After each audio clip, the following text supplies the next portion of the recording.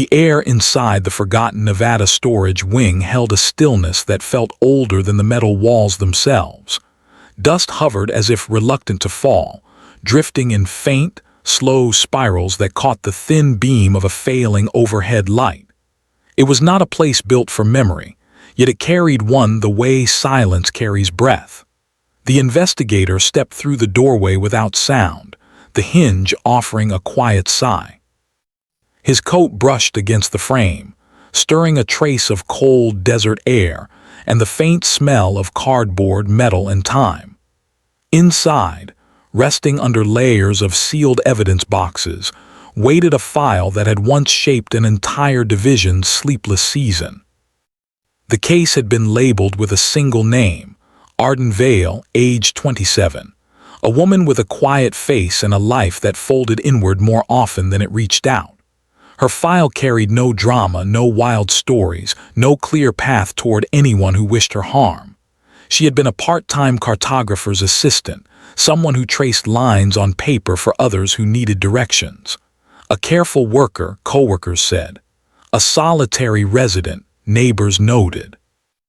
A familiar figure in a small desert town that never imagined it held a secret inside its plain boundaries. The murder, back then the department had whispered that word reluctantly, had unsettled the region, not through shock or spectacle but through the absence of sense. Arden Vale had been found near an abandoned service road, lying with her hands folded over her chest as if she had finally rested after a long argument with the world. No struggle, no footprints, no sign of a vehicle stopping, no stray thread, broken clasp, or obvious trace to follow. The earliest investigators walked the site with uncertainty, as if the desert had swallowed every answer before they arrived. He remembered standing in that place the first time, years ago, when the air had been sharp with morning cold. He remembered the way the sunlight stretched across the open land and cast long shapes across the sand, making everything feel witness to something it could not express. He remembered thinking that the silence felt personal, as though he had stepped into someone else's dream. Now, returning to the file after so long, he felt that same layered quiet settle over him, pressing lightly against his chest. Arden Vale's photographs lay inside the envelope, untouched since the final report had been filed. The investigator lifted one carefully, almost apologetically, holding it at an angle where the room's dim light caught the contours of her expression. Her eyes, even in still form, seemed to carry a question the team had never been able to answer. They looked slightly off to the side, as though she had been listening for something behind her, something small, distant, but significant. Her case had gone cold after 9 months of interviews, evidence reviews, and every standard method available at the time.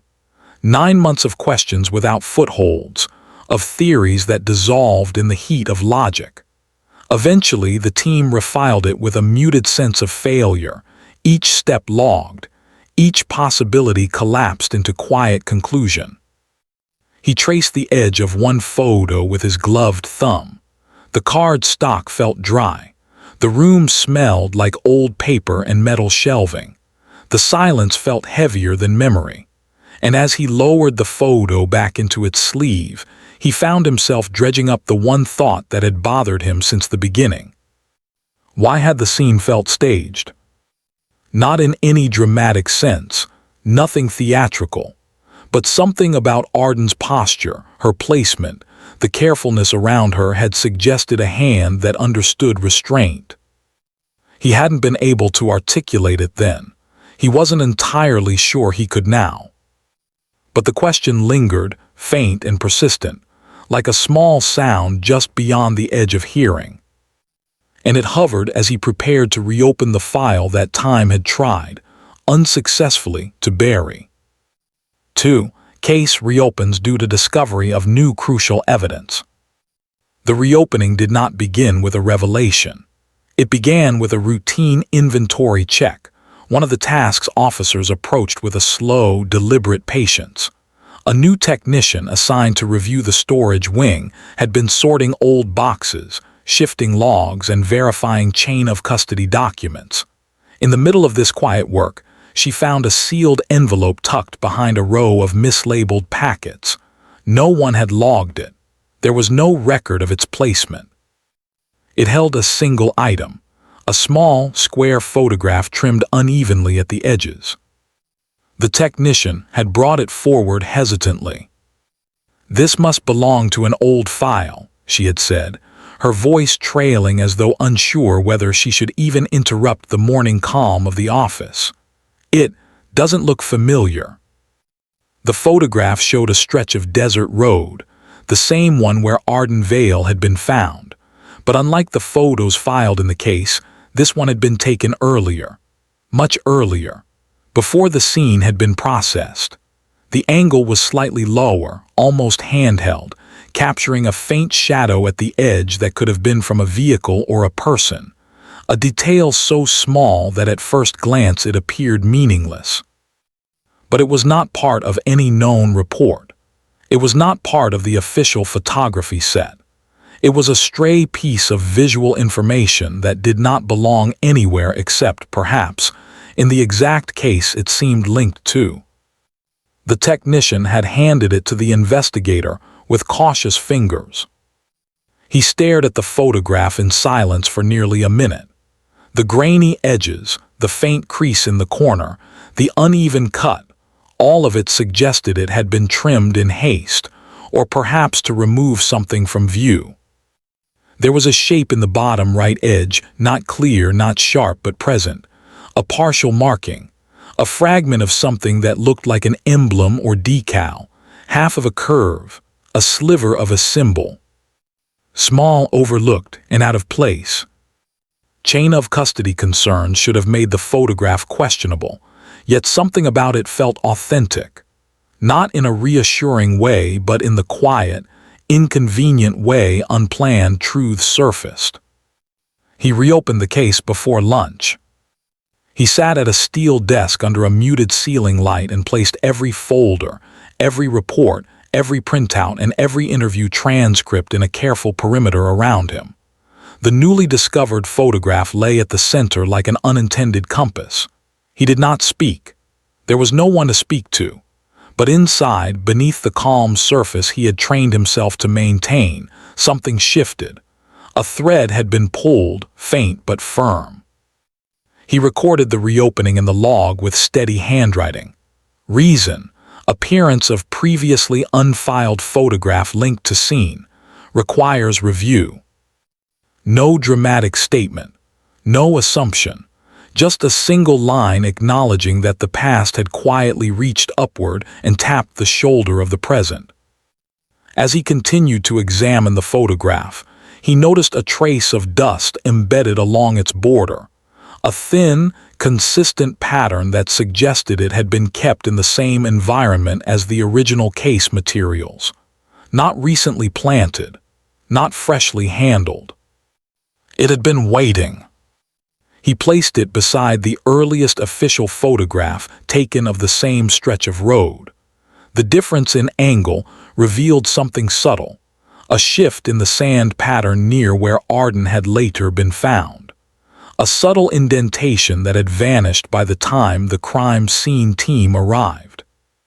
Not a footprint. But wait, something heavy enough to compress the ground, yet light enough not to leave a clear impression. Something like a metal case. Or a small storage container. Something that could be placed down, opened, and taken away again. His breath left slowly, the air brushing the inside of his throat with a dry warmth. The case had not only reopened. It had begun to breathe. 3 investigator examines, past reports to identify overlooked details.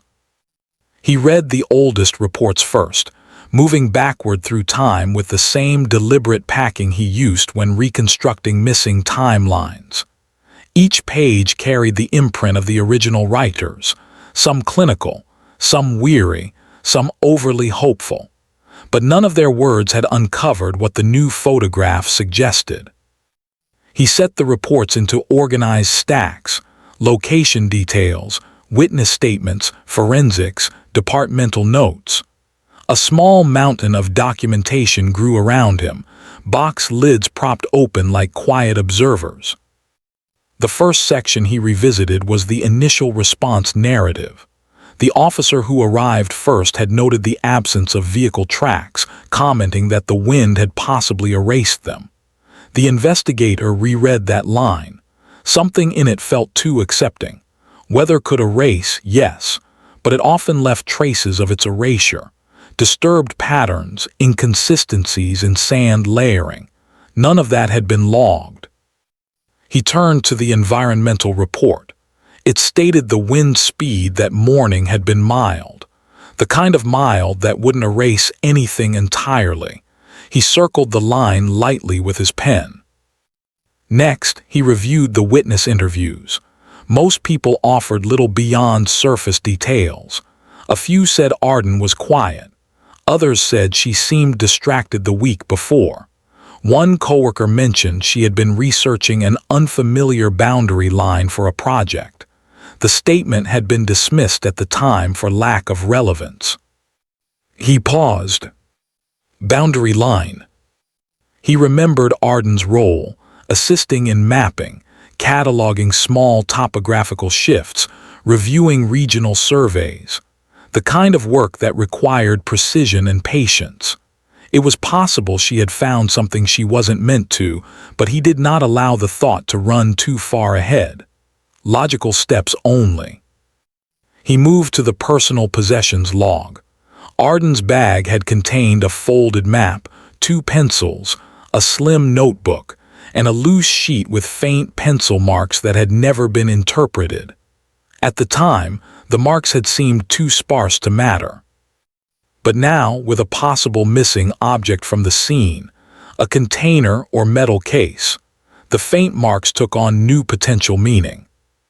He reopened the file containing a photograph of her notebook. The handwriting was neat, compact. The final page carried a phrase in small lettering, a line later. He stared at it, the words soft and unassuming yet purposeful. A line what? Which lines? Which details?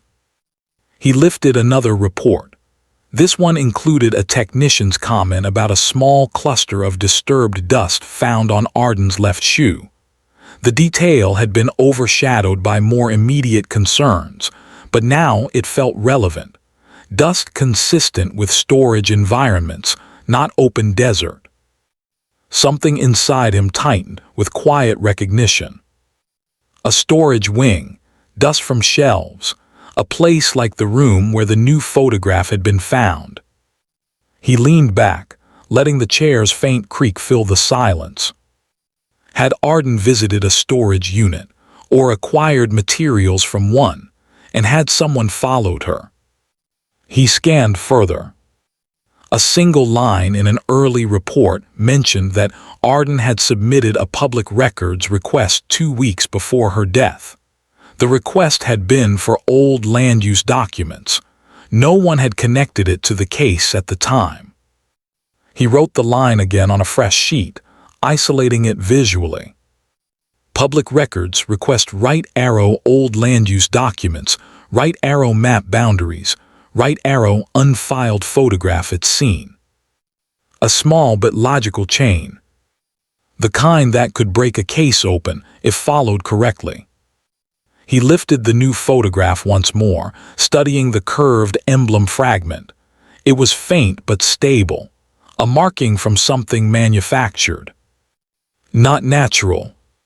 Not accidental. Something someone brought with them.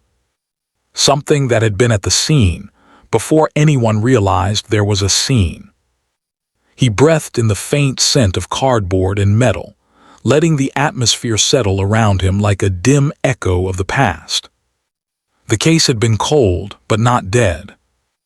It had simply been waiting for someone to listen. The suspect list did not bloom suddenly. It formed through a slow accumulation of minor details, like dust settling on forgotten files. None of the names felt dramatic. None carried the usual weight of scandal, and yet each one had a small relevance tethering them to Arden Vale's final weeks. The investigator listed them with calm handwriting, keeping each name separate, refusing to let assumptions bleed between the lines. Suspect 1, Paul Tarrant, a coworker in the mapping department. At first glance, nothing about him suggested involvement. His early statements had been brief, his tone steady, his daily routines well documented. Yet rereading the transcripts revealed a subtle shift. When asked about Arden's recent focus on land boundaries, Paul had hesitated.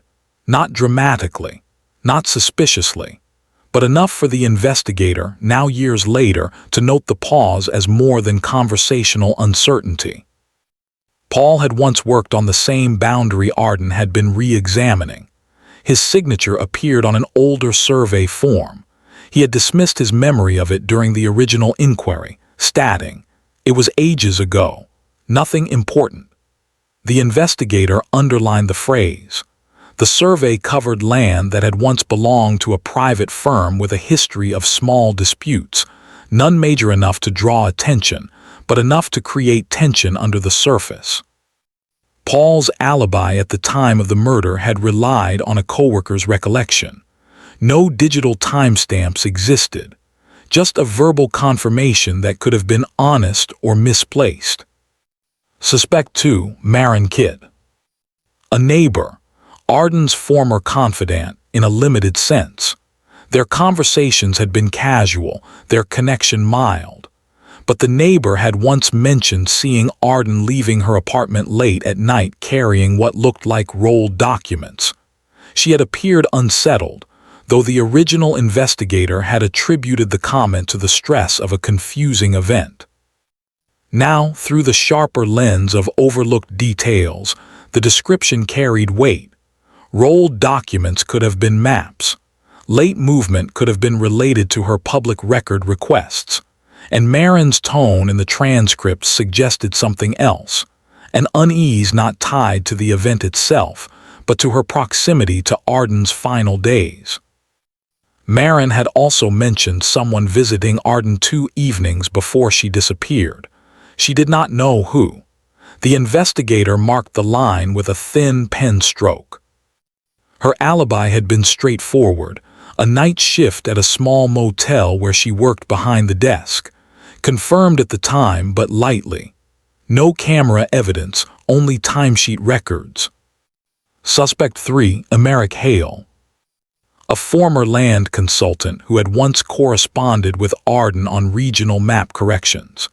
He lived several towns away, a quiet figure with a precision-oriented reputation. His involvement had seemed peripheral. Yet he had filed a complaint about boundary realignments the same month Arden reviewed the same area. During his original interview, he had spoken in sparse, clipped sentences. Not unfriendly, simply controlled. His statements held no contradictions, but the logic within them felt too neat, as if rehearsed. He denied meeting Arden recently. He denied visiting Nevada that season. But a vehicle matching the partial description from an early, informal witness note had been registered in his name. The note had been dismissed at the time, too vague, the original team had said. But now, with the new photograph showing a faint emblem curve, the discarded note resurfaced with quiet presence. Emeric's alibi had been location-based. He claimed he was consulting for a firm on specific dates. No one had verified the movement between towns. The distance was small, the roads empty, and the season quiet. Suspect 4, Arden Vale, Arden's sibling, a person of calm disposition, smaller routines, and steady employment. Their early grief had shaped the tone of their interview, making it difficult to distinguish sorrow from withheld detail. Rowan had spoken gently about Arden's solitary habits and her dedication to accuracy. They had mentioned, almost in passing, that Arden had seemed focused on something new weeks before the incident. The investigator noted Rowan's old statement with particular care now. The mention of a recent argument surfaced again in the transcript, a conversation Rowan described as tense but not harmful. The argument had centered on land use, though Rowan had brushed it off as trivial. Rowan's alibi rested on a family gathering. Multiple witnesses had confirmed their presence. Yet the timeline provided a small window, a narrow gap that allowed for movement, although the original team saw no reason to explore it further. The investigator breathed slowly, experiencing the familiar weight of possibility pressing inward from multiple angles. None of these individuals seemed capable of calculated harm. Their records were clean. Their relationships with Arden varied but lacked overt tension. Yet motives did not always announce themselves loudly. Sometimes they existed in the quiet corners of human connection: professional jealousy, fear of exposure, a desire to maintain order in a reality that threatened to shift. He placed each profile on a separate part of the desk, ensuring no overlap. Small distances mattered. Physical space between suspects created mental clarity. Outside the quiet room, the corridor hummed faintly with the building's old ventilation system. Inside, the slow turn of a paper corner sounded like a whisper. The investigator closed his eyes briefly, letting the stillness settle before continuing. There was no rush. Cold cases rarely rewarded speed. They required listening, not to voices, but to the silence between them. And in this silence, motives began to form shapes, not defined, not sharp, but recognizable in outline. 5 clues emerged slowly, linking inconsistencies to emotional conflicts. He started with the map.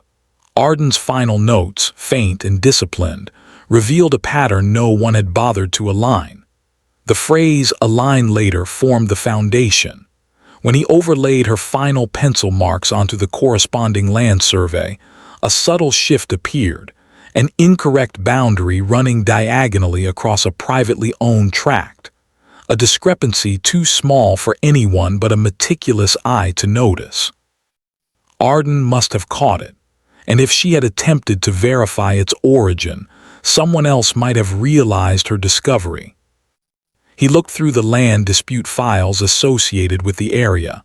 Most were minor disagreements, small measurements, unclear property lines, all routine.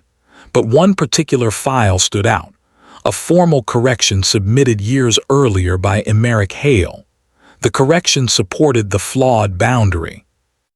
A quiet link, no accusation, just alignment. He noted it without conclusion. Next, he revisited the witness interview logs. Marin Kit had described Arden leaving late at night, carrying rolled papers.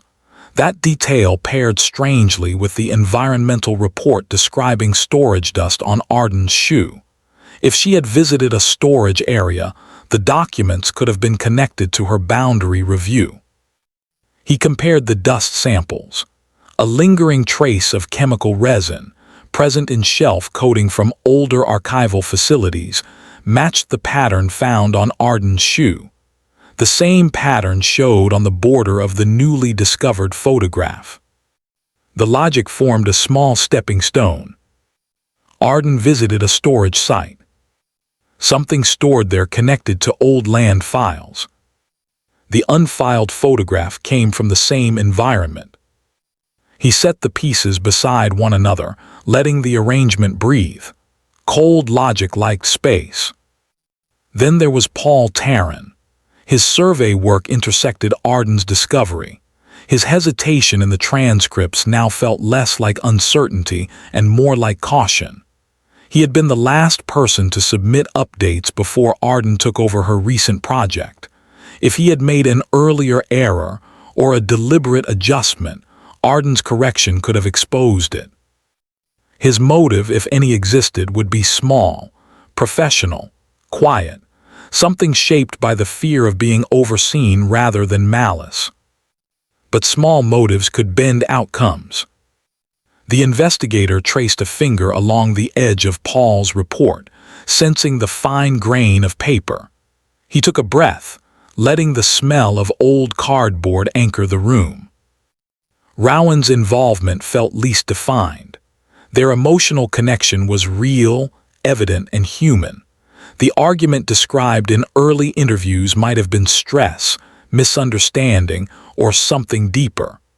Arden's boundary work would have meant little to Rowan professionally, but emotional conflict did not follow professional lines. He reviewed Rowan's transcript again, focusing on the moments of silence, the hesitations, the slight shifts in tone. One pause lingered. When asked whether Arden had shared any concerns, Rowan responded with faint uncertainty. She said something felt off. I didn't understand what she meant.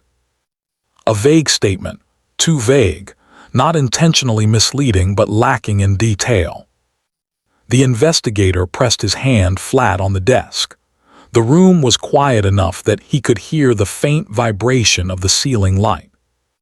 He returned to the new photograph.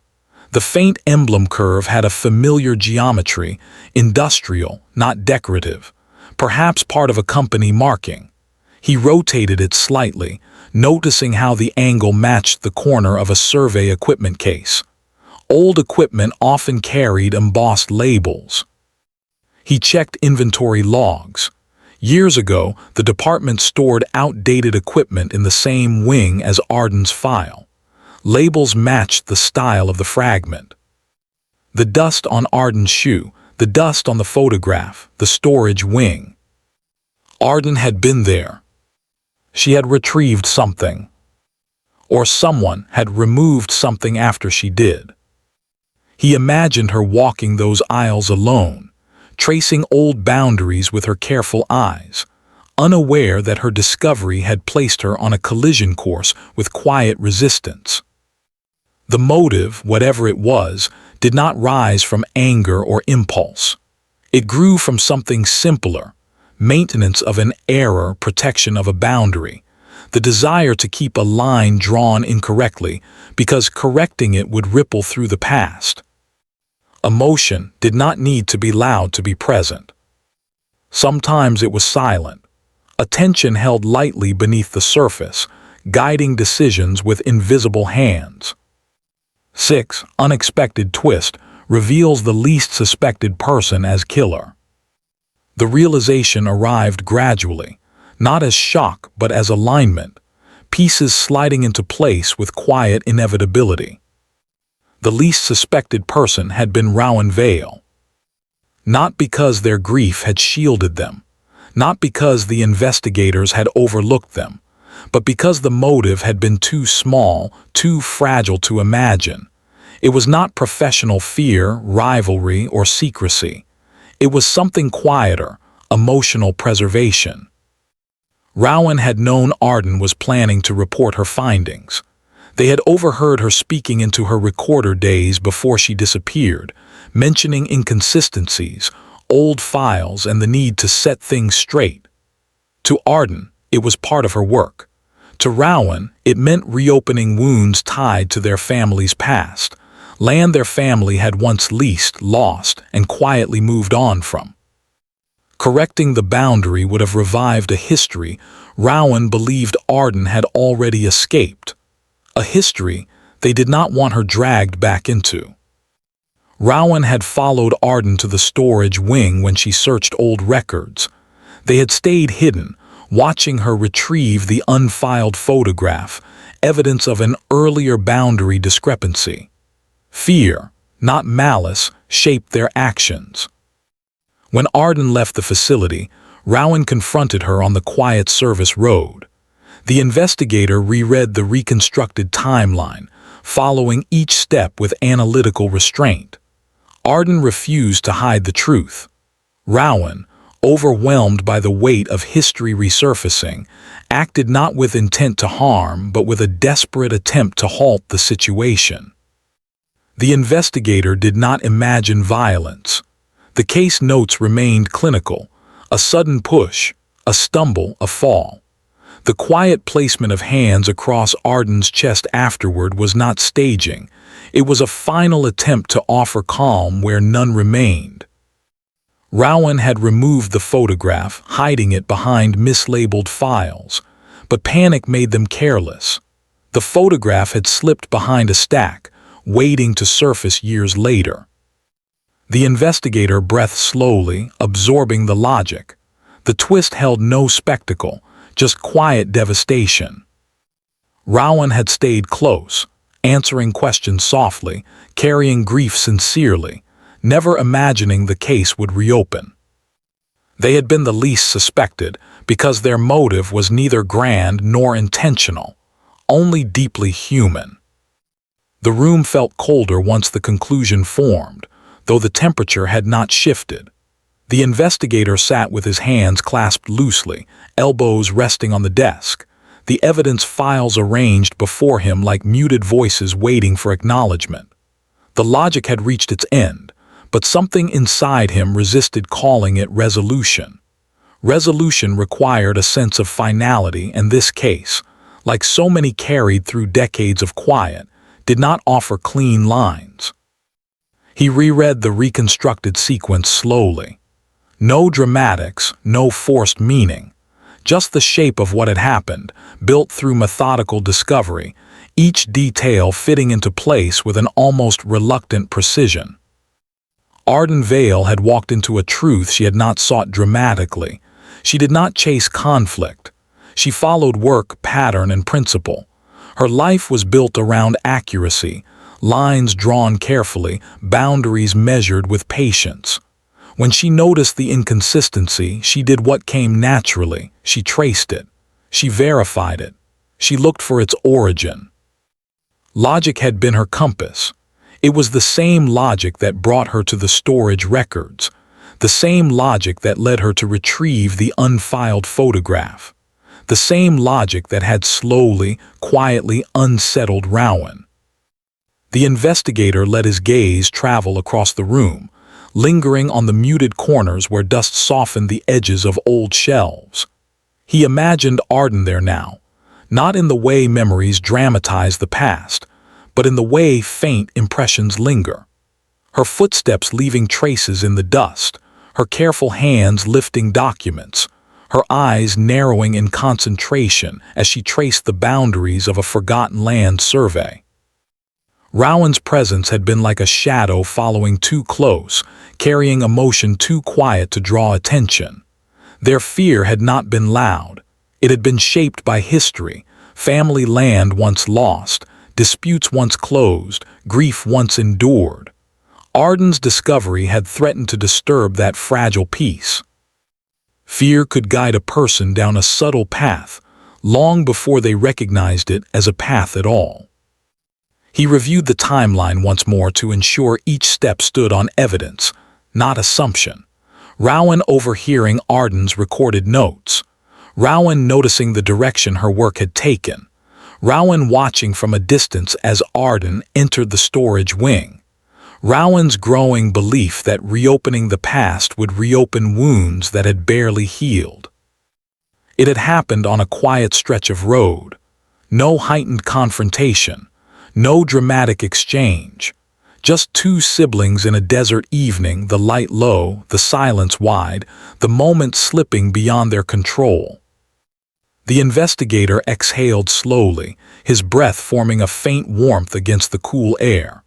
Arden's final posture, hands placed gently over her chest, had haunted the earliest investigators for reasons none had fully understood.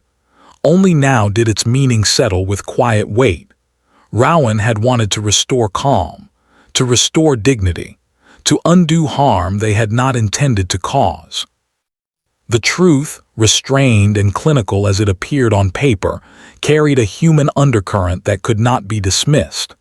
Lives were shaped by subtleties, not stark contrasts. The smallest decisions, visiting a storage unit, retrieving a misfiled photograph, making a correction on a map could bend trajectories. He closed Arden's file with steady hands. Justice, when carried out, would feel mechanical, necessary yet distant.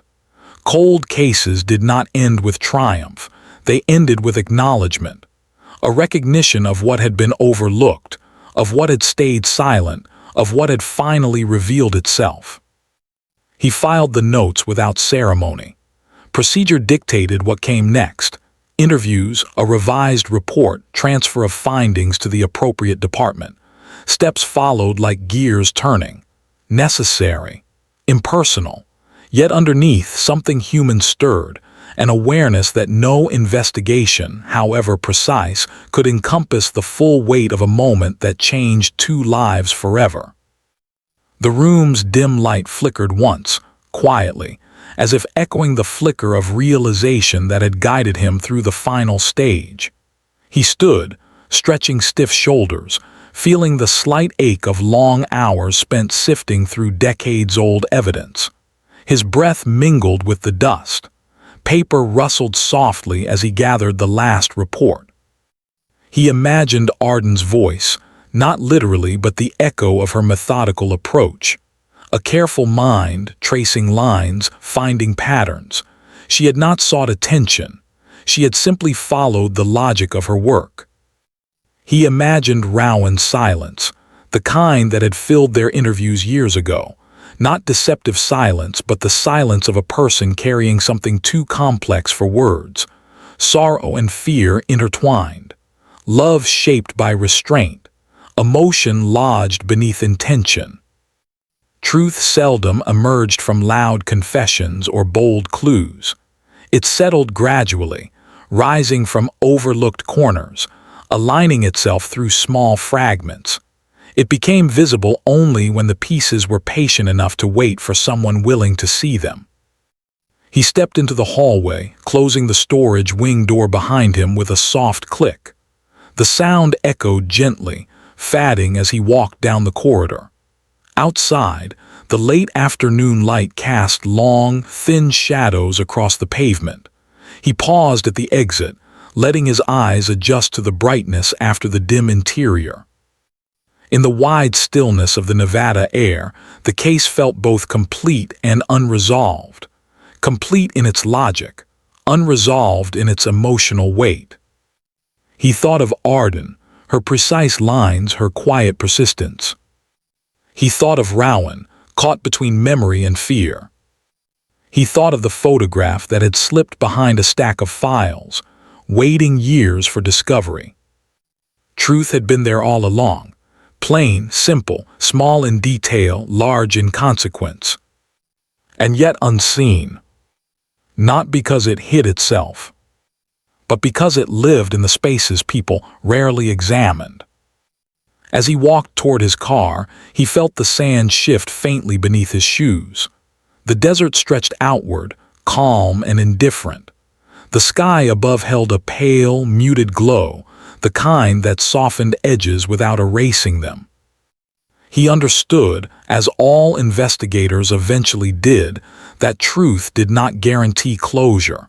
It did not promise comfort. It did not mend what had already changed. It simply existed. The file would be closed in the system, reports submitted, procedures completed, the gears of justice turning exactly as designed. But Arden Vale's story would not flatten into paperwork. It would linger, quiet as the storage dust, steady as the boundary lines she traced, human as the fear that altered her path.